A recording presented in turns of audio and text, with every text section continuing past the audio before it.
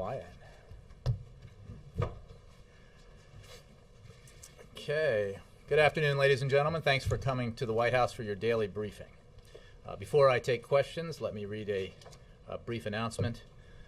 On Wednesday, February 29th, President Obama and First Lady Michelle Obama will host a dinner at the White House to honor our armed forces who served in Operation Iraqi Freedom and Operation New Dawn, and to honor their families. This dinner, an expression of the nation's gratitude for the achievements and enormous sacrifices of the brave Americans who served in the Iraq War and of the families who supported them, will include men and women in uniform from all ranks, services, states, and backgrounds, representative of the many thousands of Americans who served in Iraq. The White House has been working with military and civilian leaders from the Department of Defense on this tribute, and we will release more details regarding the dinner when they become available. Describing this as a state dinner fair? I'm sorry? Is that a fair description, the sort of shorthand of saying a state dinner style? No, I think it's unique to the kind of dinner it is. A state dinner has to do with heads of government, heads of state, right? Is it fair to similar Won't be formality? fancy like that. Is it buffet? Yeah. Buffet. But I mean, using When we have, using that shorthand, incorrect or correct? I think state dinner probably is not quite accurate, and we'll have more details to describe it for you. It's really focused on the men and women who served in Iraq, and in all stations within the armed services. So I think one distinction might be that state dinners are about the elevated and important guests that we have visiting from other countries, and these would be for all those who served in Iraq. Yes, this is Iraq. I don't have the number on it, but February 29th. I don't have that either. I think the folks in uniform tend to wear their uniforms, but I don't have any dress or menu or entertainment. So, with that, I'll take questions, Ben, or I'll take more questions. Thanks. Rather. Jay, questions on Iran and Syria. First on Iran, is what the president did today on broader sanctions and also the prospect of more sanctions this spring an indication that the White House is at all worried that Israel will act on its own on a military front before these sanctions have a chance to kick in? No, I think that it is reflective of the policy that we've taken for quite a long time now in reaction to Iranian behavior, which is essentially a dual track where we continue to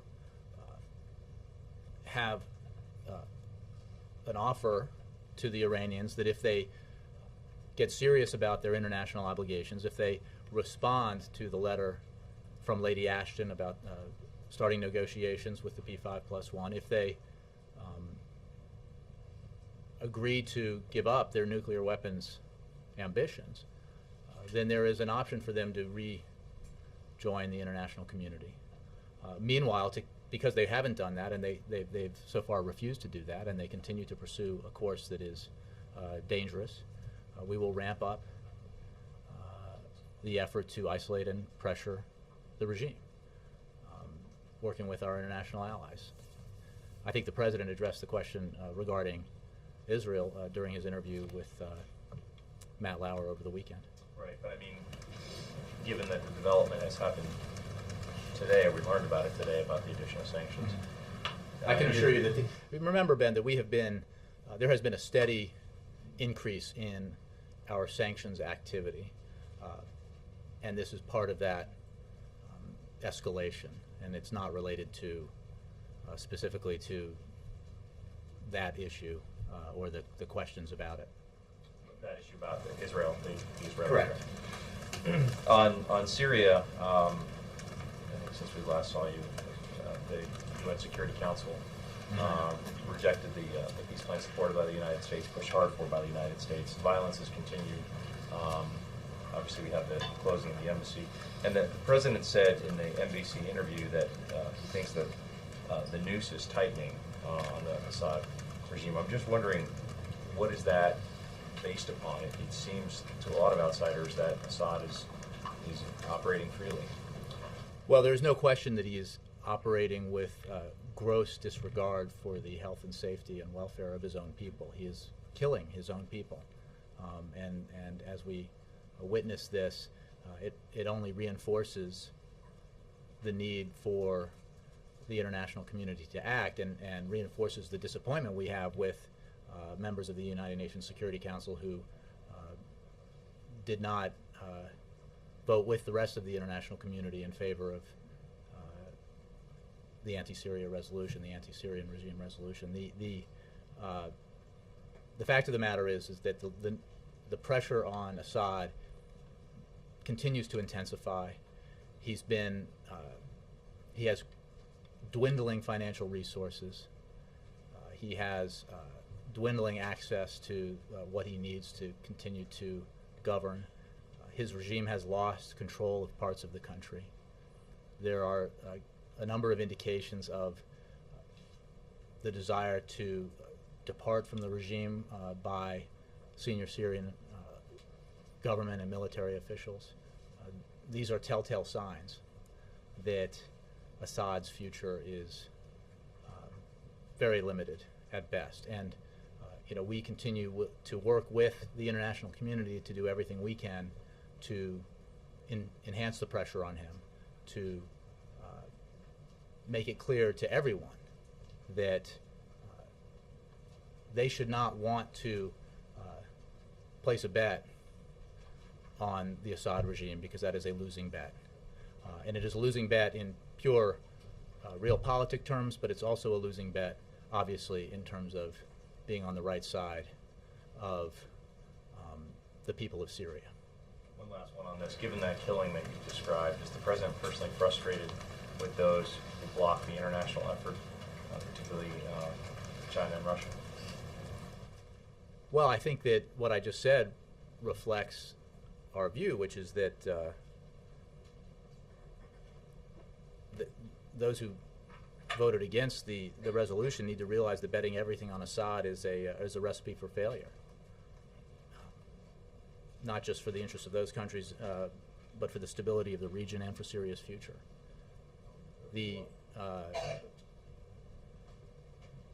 What we've seen, the video that we've seen just most recently coming out of Syria, demonstrates the appalling actions of the government forces. And you have a great number of countries, and obviously the United States, Europe, and Arab countries who see this for what it is. And we will continue to work with our international partners to make that case. Yeah. China was part of the double veto that was cast in the Security Council against the Syria resolution, and of course this is a little over 1 week before Chinese Vice President Xi visits Washington.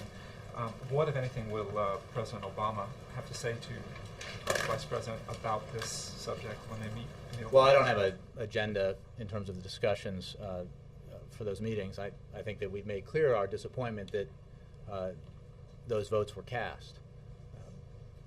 There's obviously a range of issues to be discussed in our bilateral relationship with China that will be discussed during that visit.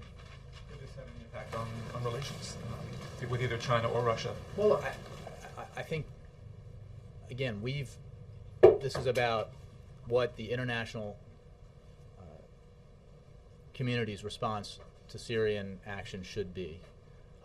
There has been a great deal of collective action taken against the Syrian regime thus far. There will be greater action taken, and we're going to work with all the friends of Syria and the Syrian people to continue to pressure the Assad regime to continue to make clear that Assad's days are numbered. I think that we will also obviously continue to work with the Chinese and the Russians on a host of other issues, even as we press this point, obviously. Secretary Clinton did call on as you mentioned, the Friends of Syrian Democracy to band together to help the Syrian opposition, the political opposition. Is there any thought being given to giving assistance, military assistance, to the rebels that are fighting Assad?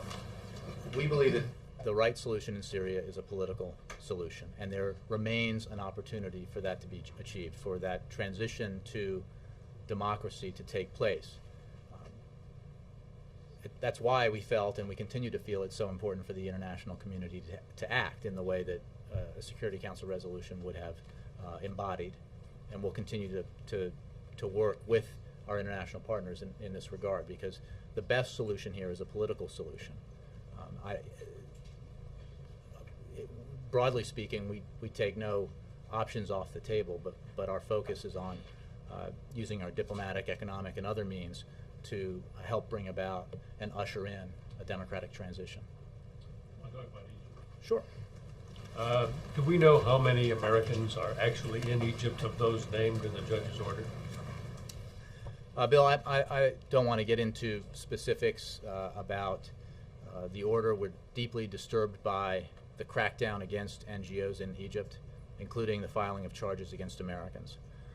Groups like the International Republican Institute, the National Democratic Institute, and many others, both American and Egyptian, have done nothing wrong. Their only assignment is to support Egypt in its transition to democracy. These groups and individuals associated with them do not fund political parties or individual candidates. Many of these groups have worked in Egypt for several years, and so their activities are not new. Moreover, they also served as observers for the recent parliamentary elections at the request of the government of Egypt. Now, we continue to communicate at all levels with the Egyptian government our grave concerns regarding the crackdown against NGOs in Europe. We have underscored how serious a problem these actions are. We have said clearly that these actions could have consequences for our relationship, including regarding our assistance programs. So we'll continue to work with the Egyptians. What would it take to trigger a cutoff of the $1.5 billion in U.S. Well, I don't want to aid? speculate about what that would be. We've made clear that we take this very seriously, that it could have consequences. These actions could have consequences for our relationship and including our assistance programs, but I don't want to speculate about what actions might precipitate a response on our part along those lines, except to say that we take this very seriously, that it's important to remember that these institutions have been over there for a number of years. They're all over the country promoting democracy, and that the individuals here have done nothing wrong. Some of the people who are named are actually in the United States, some of the U.S. citizens, but some obviously are over there, and we know that some are in the embassy. Do you have any idea how many? You know, Bill, I don't want to get into specific numbers or names. There are some Americans who have opted to stay in the embassy compound in Cairo while waiting for permission to depart Egypt. I just don't feel that it's wise to get into more details on that. So at what level are the discussions about these people continuing? I think at every level, in very high levels. You know that the President spoke with General Tantawi a number of days ago, and discussions from that level on down continue because we take this issue very seriously. But you haven't spoken to any of the top leadership. I don't have any new communications involving the President to read out to you now, but you can be sure that we are engaging with the Egyptian government on this issue at every level. Sure. Can we stay in the same, since we're stay in the region again? Mhm. So yesterday in the interview with Matt, the President said, He's Matt to you. He means Matt Lauer. hey. So we were just having a nice conversation here. Mr. Carney, the interview with Mr. Lauer. The President seemed to I guess, correct me if I'm wrong, it sounded like the President was contradicting the intelligence report that the folks gave to Capitol Hill earlier in the week about this idea that Iran's looking for a way to attack the United States, which came out in that intelligence briefing to Congress. And the President seemed to say that wasn't the case. So it just sounded like a contradiction as far as the intelligence community is concerned. You know, I'm not going to get into with any detailed discussions of intelligence regarding Iran or anywhere else from here. The President made clear that, and I will just refer you to his comments about what he assesses and we assess their current intentions and capabilities to be. That doesn't mean that we don't hear from a variety of channels, including very public ones, the negative intentions of certain Iranian leaders towards the United States and statements that can be bellicose or hostile. However, I will just point you to what the President said about what his and our assessment is of that capacity right now. But it is, look, Iran is a very dangerous place. It's a dangerous regime, and we take specifically the refusal to abandon their nuclear ambitions very seriously. When the president said Israel hasn't made a decision yet about attacking Iran, it should be implied that the United States has made a decision that's not going to happen in the next 3 months.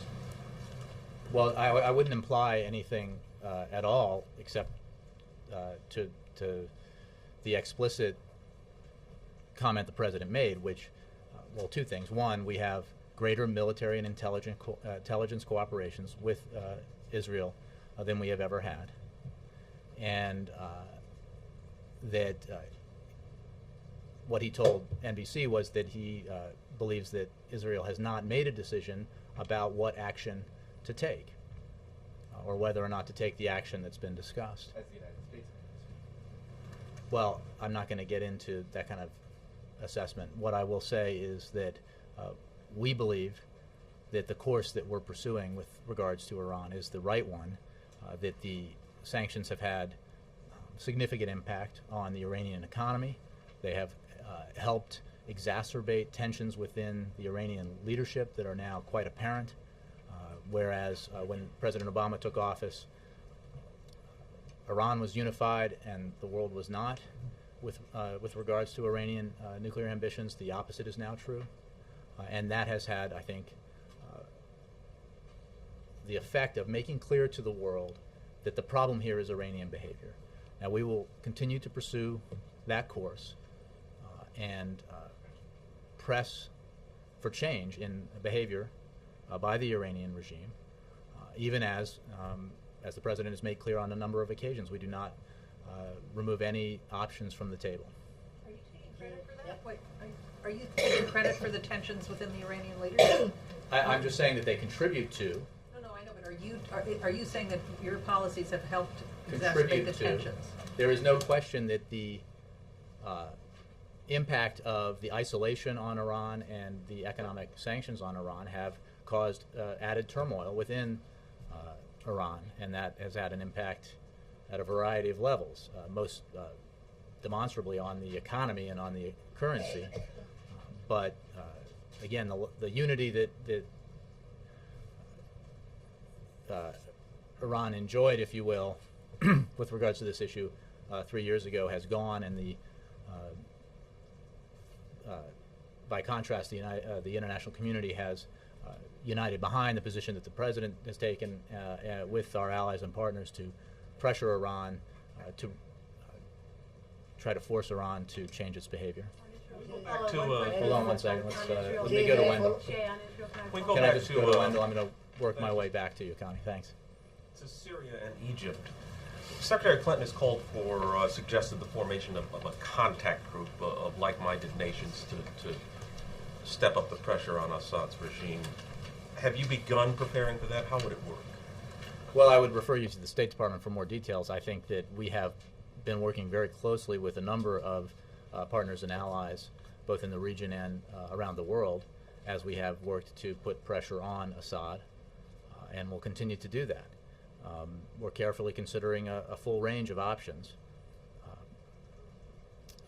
and we'll work closely with our allies and others to help the people of Syria put an end to this criminal regime. You don't want to suggest how that might be more effective than what we're doing now? I think that we're pursuing a variety of means to put pressure on the Assad regime, to isolate it further.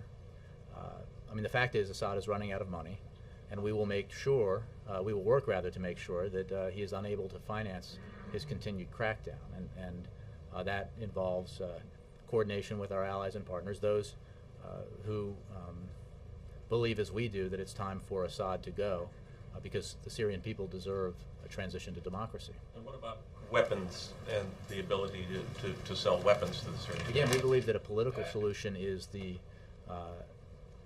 right course here, and that opportunity remains, and that's why we need to act, and that's why we felt that the United Nations Security Council should act.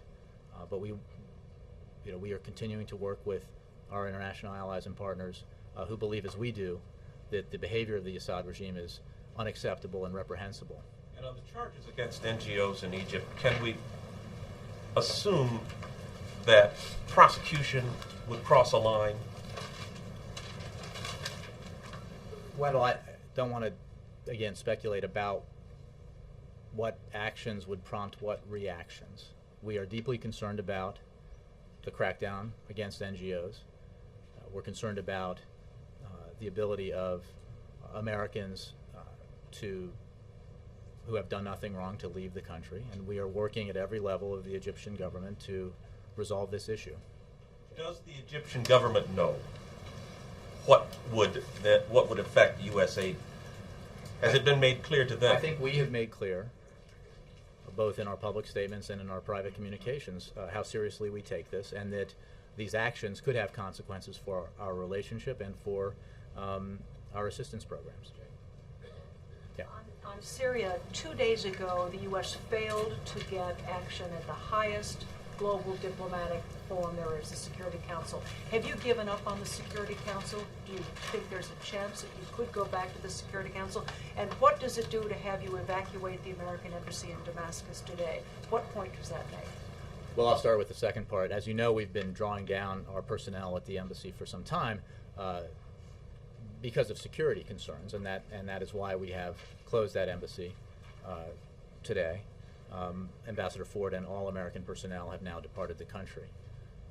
That's a reflection of the situation in Syria with regards to the safety of those individuals. We will continue to work at every level to coordinate with those who believe as we do that action needs to be taken, that we cannot, that it is not the right course to help prop up the Assad regime, that we need to continue to put pressure on him and his cronies, if you will, and to further isolate him, limit his access to financial resources, and therefore make it harder and harder for him to maintain this crackdown. As you know, he's lost control of part of the country already. We will work with all friends of Syria, of the Syrian people rather, to mount the pressure on Assad going forward. Or that kind of political resolution of it, President Obama's willing to wait if it takes weeks, months, a year? Well, again, I don't want to speculate on how this will play out. I will simply say that we need to act to allow a peaceful political transition to go forward before the regime's escalating violence puts a political solution out of reach. John Christopher. Okay, can you be specific at all about any conversations the President might have had with his allies, including Prime Minister Cameron or President Sarkozy or Chancellor Merkel? I don't have any new conversations to read out. We are obviously coordinating with all of our international allies and partners, both at the United Nations and within the region. But I don't have any specific conversations to read out to you. Jackie? When Prime Minister Netanyahu comes to this country to speak to AIPAC, will he also be meeting with the President, and if not, why not? Well, I just don't have a scheduling update for you on that, but I'm sure we'll have something for you in due time. Connie? Thank you. The President said something very important the other day. He said the U.S. is walking in lockstep with Israel. I believe that was his quote. Does that mean that the U.S. is coordinating with Israel on any strike against Iran? I'm not going to, I don't recall the quote being quite as you described it. What I would say is the President made clear that our level of cooperation with Israel militarily and in intelligence matters has never been higher. We've made that point repeatedly because I think it demonstrates this country's commitment to Israel's security. But it does not, obviously Israel is a sovereign country and it has very legitimate concerns, about Iran's development of a nuclear weapons capacity. And we share those concerns. There is no question. Yes? Can I ask you a question about a domestic issue, the contraception coverage debate? It seems like the backlash, not just among Catholic clergy, but also liberal Catholics, is growing. And I'm wondering if the White House miscalculated when it seems to have not taken into account the reaction you would get even from erstwhile allies of yours on this issue. And why, and if there was any effort made to find a kind of middle ground, like asking employees of Catholic institutions to go out and buy a rider for contraceptive coverage if they wanted that. Mara, what I think is the case is that early on after this decision was made, there was some misreporting about what it is and what it isn't.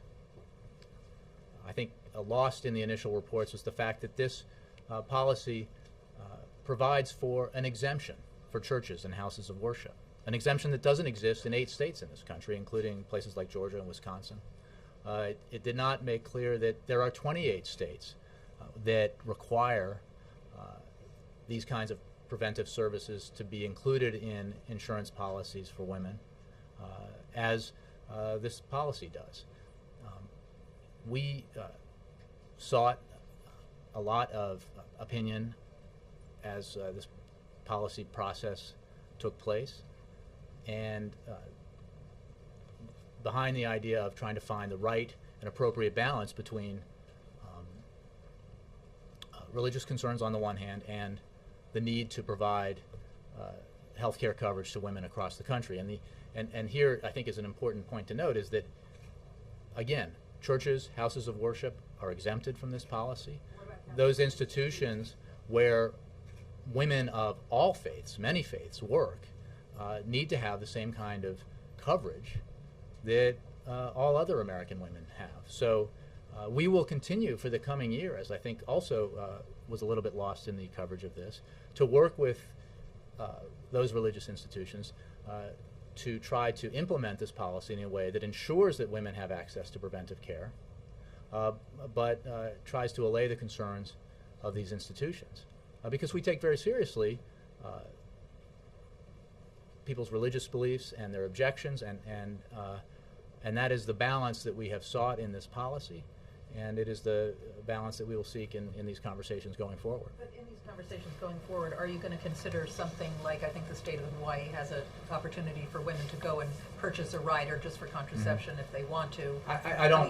That's sort of beyond my policy expertise in terms of what could be contained within the conversation, but I want to make clear that the President's or the Secretary's decision, and the President concurs with it, is that this coverage needs to be available to all American women. And other ways of providing it that well, might again, not. we will work with institutions to try to implement this in a way that assures that the coverage is provided, and that attempts to allay the concerns that are there. Yes. In regard to domestic topics, on the unemployment numbers that came out on Friday, unaligned economists cheered them as very good news. Not to diminish them. Still, there are 19 million underemployed or unemployed Americans. How concerned is the White House that these numbers will inevitably have to take a dip before we see real recovery as these people re-enter the workforce? I think there are some of those who, I suppose, don't wish us well politically have tried to make a point about this, and the facts are that in these most recent numbers, this is not an issue of people leaving the workforce, that the numbers are positive across the board. Now, what we have said is... But that's a reality. That's not a political point to score. I mean, that's a reality that people stop looking for work and then they have to re-enter. So, well, let's look at some of the facts, which include that a large percentage of that is due to younger people getting more education, which in the end is an economic positive. There is a fact that this increase in the number of people leaving the workforce has been a trend and a fact since 2000 because of an aging population. Which is not to say that this is wholly, that's not something that I would wholly disregard as an issue, but the underlying fact here is that job creation remains the paramount objective in our economic policy, and should be the paramount objective of Congress as well. I think I have, if those folks in the back are with me, I have a slide I can point to you, if I might. maybe not. We'll see. But the issue here is that the everything we can do. Who does the clicking on that? It's a magic clicker. Look, I think what's important to note here is the size of the hole, the size of the hole we are in, and the steady progress that has taken place since the president's policies have taken effect. And we need to continue to work with Congress, for example, to extend the payroll tax cut through the end of the calendar year. As the president said, and has said, we need to do that without drama and without delay, and Congress needs to make sure that it doesn't do anything to muck up the progress that we have made so far. When the president was speaking to Mr. Lauer, he used the term... Someday it'll be Sir Lauer. Matthew to his mother, right. He used the term deserve. I think he said, I deserve a second term. Does anyone deserve to be president? The point the president was making, I think, is one that this chart elucidates, which is that he has worked every day since he was sworn into office on his number one priority, which he articulated even before he ran for president. It was why he got into politics to begin with, which is to ensure that those struggling to stay in the middle class, to better their lot, and those struggling to get into it have been under pressure for quite a long time. And he's determined, as president, to do everything he can to change that dynamic. And when he came into office, we were in economic free fall, as you know. Well, again, the context was based on his performance and his administration's performance on economic policy. The question was, do you deserve re-election? And the issue is, since he came into office, a terrible trend has been reversed. The problem is that the hole was so deep, caused by the Great Recession, that we still have a great deal of distance to travel. And that's why we cannot reverse course. We cannot allow Congress to muck up the progress we've made. We must extend the payroll tax cut. We must extend unemployment insurance. And we must do the other things that the president put forward in the State of the Union that ensure that we have an America built to last, that American manufacturing continues to rebound. 50,000 of those jobs, private sector jobs created last month, were in American manufacturing, a sector that had been in chronic decline for many, many years. We need to continue to develop the skills for American workers that will allow them to compete in the 21st century. And we need to make sure that we do all of it as we return to the kind of American values that ensure that everybody gets a fair shot and that everybody plays by the same set of rules. And this can be a quickie. The Department of Justice has been working with states' attorney general to get a housing settlement with some of the big banks. So they get off the hook on some things in exchange for creating a fund to help out hurting homeowners. Is the administration making calls to some of the AGs who've refused to sign on, to urge them to sign on? I don't have an update for you on the so-called housing settlement. I think it's important to note that, as I understand it, the settlement that we're talking about here has to do with robo-signing and those issues, and not the broader set of issues involved in mortgage-backed securities and that sort of thing. But I don't have a progress update for you on that or any kind of detail in terms of our engagement on the issue. Yes, Roger. Yeah, back to yesterday in the Super Bowl. Sorry, Jay. Any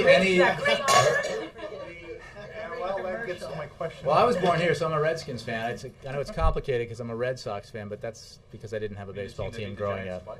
On the Chrysler ad featuring That's right. The Redskins did beat the Giants twice. Go figure. Did the White House or the campaign have any role in the creation of that ad, or advising of that ad, or consulting on the ad? No. Were you pleased with the ad? It was news to me. It was, when I saw it. Look, I think. You consider it an in-kind The ad. contribution I from thought- Clint Eastwood? Look, I mean, the answer to your question, Roger, is no. The ad points out, I think, what is a significant, on behalf, a company that has rebounded, obviously wants to sell more cars, and that's what advertising is about. But it does point out a simple fact, which is that the automobile industry in this country was on its back and potentially poised to liquidate 3 years ago. And this president made decisions that were not very popular at the time that were guided by two important principles. One, that he should do what he could to ensure that 1 million jobs would not be lost. And two, that the American automobile industry should be able to thrive globally if the right conditions were created. And that included the kinds of reforms and restructuring that Chrysler and GM undertook in exchange for the assistance from the American taxpayer. He was not willing to did not believe it was necessary to allow the American automobile industry to collapse and disappear. And so he made the decisions he made and believes they were the right decisions. Andre. Back to Syria, please. Of course, the Russians and probably the Chinese too say that they are not supporting the Syrian regime. What they are supporting is the international legal regime, the international legal norms that exist in relations between states. They do not want anyone, including the United States, to pick a regime they don't like, incite rebellion against that regime, trying to... You understand what I'm talking about. Basically, what you just presented to us was a rhetorical, political, even economic aggression against that regime. My question is very simple. What are the specific legal grounds on which you do this? You basically, Andre, in the absence of the resolution. I would refer you to the United Nations, to our mission there, to the State Department. What you saw and what you see today is a broad international consensus against the behavior of the Assad regime, the brutal killing of the Syrian people. We think that's wrong, and we agree with many of our partners and allies around the world and in the region when we say that. I think, again, the images that we've seen just this weekend demonstrate that the kind of behavior being carried out by the Syrian forces under the control of the Assad regime is vile and unacceptable. So that is why we supported the United Nations Security Council resolution, and it's why we'll continue to work with our allies and partners to further isolate and pressure the Assad regime, to allow the Syrian people the opportunity to choose their own future. That's the approach we take. If I may, one additional question. I actually wanted to ask you, to remind you that lynching is illegal in the United States. You need to have a court of law. But I will not ask about that. I will ask you about, can you tell me? Andre, I feel like it might be 1982, and it's... lynching is illegal. Many like-minded people form a posse, hunt somebody down. Andre, do you have a question? I have a question. The question is, can you assure me that you are not working inside Syria through your special forces, whatever it is, working militarily? Well, I'm sorry, what's the question? Are we... Can you tell me that the United States is not taking any military steps to undermine I think we've the made government? very clear that we are pursuing a political and diplomatic course with regards to Syria, and we will continue to do so. Alexis. Jay, you were talking about Congress.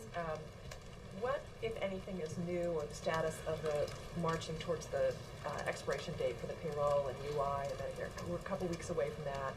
What's been going on here to try to work towards a solution that doesn't end up at the 11th hour crisis sort of negotiation? Well, I think that we've made clear, the President has made clear, that Congress needs to act without drama and without delay to ensure that the payroll tax cut is extended through the end of the year, that the unemployment insurance benefits are extended, and that the so-called doc fix is extended. I mean, the kind of economic growth that I was just pointing out to you and the kind of job creation that we saw in January needs to be continued, and in order to help that process forward, we in Washington shouldn't take steps that undermine economic growth and job creation, and certainly a failure to extend the payroll tax cut for 160 million Americans would be just the sort of step that could do that. So we're in conversations with folks on the Hill. This is a process being led by the Hill. It should be fairly simple. We'll see if that is in fact the case. But we believe that everyone in Congress, Republicans and Democrats alike, should see it as the right thing to do to make sure that 160 million Americans don't have their taxes go up on March 1st, and to make sure at a macro level that steps are taken that ensure that we continue positive economic growth and we continue positive job creation. Jerry, and then Leslie. Jay, yesterday Governor O'Malley mentioned that some of the reaction to the president's HHS policy was rooted in politics as opposed to in conscience. Does the president accept that premise? I didn't see those comments, and He was on CNN. He was talking about the bishops' letters and said that many of the bishops are Republicans. look, I didn't see that. I think that we have worked to find the appropriate balance between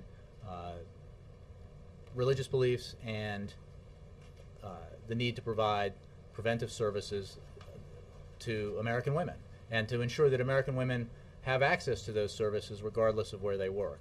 And we have carved out an exemption for churches and other houses of worship, and we will work going forward with institutions where the employer is affiliated with a church, for example, but where many of the employees are of all faiths, to find a way to ensure that the policy is implemented and that all women have access to these services, that also deals with the concerns that have been expressed. Right, but when you were answering the question tomorrow, you said that part of the reason that people are upset about this is because it's been misreported.